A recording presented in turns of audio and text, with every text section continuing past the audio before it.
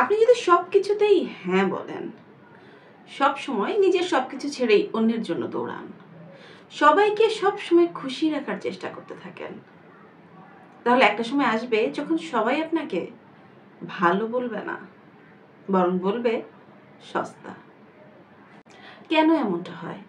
আপনি যে ভালো সম্মান পেতে চেয়েছেন তা কেন উল্টো অবমূল্যায়ন হয়ে যায়? আজকের ভিডিওতে আমরা জানব মানুষ কেন ভালো মানুষকে সস্তা ভাবে, আপনার কোন আচরণের কারণে আপনি মানুষের চোখে মূল্যহীন হয়ে যান এবং কিভাবে আপনি নিজের মূল্য ফিরিয়ে আনতে পারবেন। মানুষ আপনাকে সস্তা ভাবে এর মানে কি? সস্তা বলার মানে কি? মানে আপনার সময়, ভালোবাসা, পরিশ্রম কিংবা আপনার উপস্থিতিকে কেউই গুরুত্ব দিচ্ছে না, এমনকি আপনার অনুপস্থিতিতেও কেউ টেরই পায় না যে আপনি নেই। এই অবমূল্যায়নের শিকড় কোথায়? অতিরিক্ত সহজলভ্যতা, নিজের অপিনিয়ন্স না রাখা, বারবার নিজেকে প্রমাণ করার চেষ্টা করা, লো সেলফ এস্টিম। সাইকোলজিক্যাল ব্যাখ্যাটা কি? সাইকোলজিক্যাল ব্যাখ্যাটা হচ্ছে মানুষ যখন কাউকে প্রেডিক্টেবল বা অলওয়েজ অ্যাভেলেবেল পায় তখন তার মূল্য তার চোখে অটোমেটিক কমে যায়।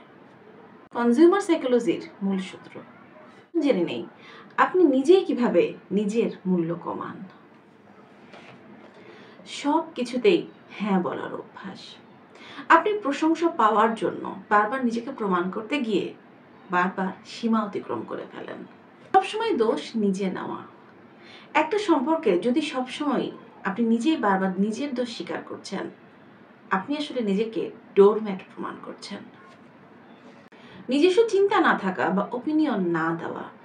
আপনি যখন নিজস্ব চিন্তা রাখেন না বা নিজের কোনো ওপিনিয়ন দেন না কোনোখানেই, মানুষ ধরে নেয় আপনি ভিড়েরই একজন। সবার প্রবলেম সলভার হওয়া। আপনি যদি প্রত্যেকের জীবনের প্রবলেম সলভ করার দায়িত্ব নেন, তাহলে সবাই আপনাকে ব্যবহার করতে শুরু করে। সাইকোলজিক্যাল ব্যাখ্যাটা হচ্ছে মানুষ সবসময় হিসাব করে সম্পর্কে, কতটা দিচ্ছে কতটা নিচ্ছে, কি দিচ্ছে কি নিচ্ছে।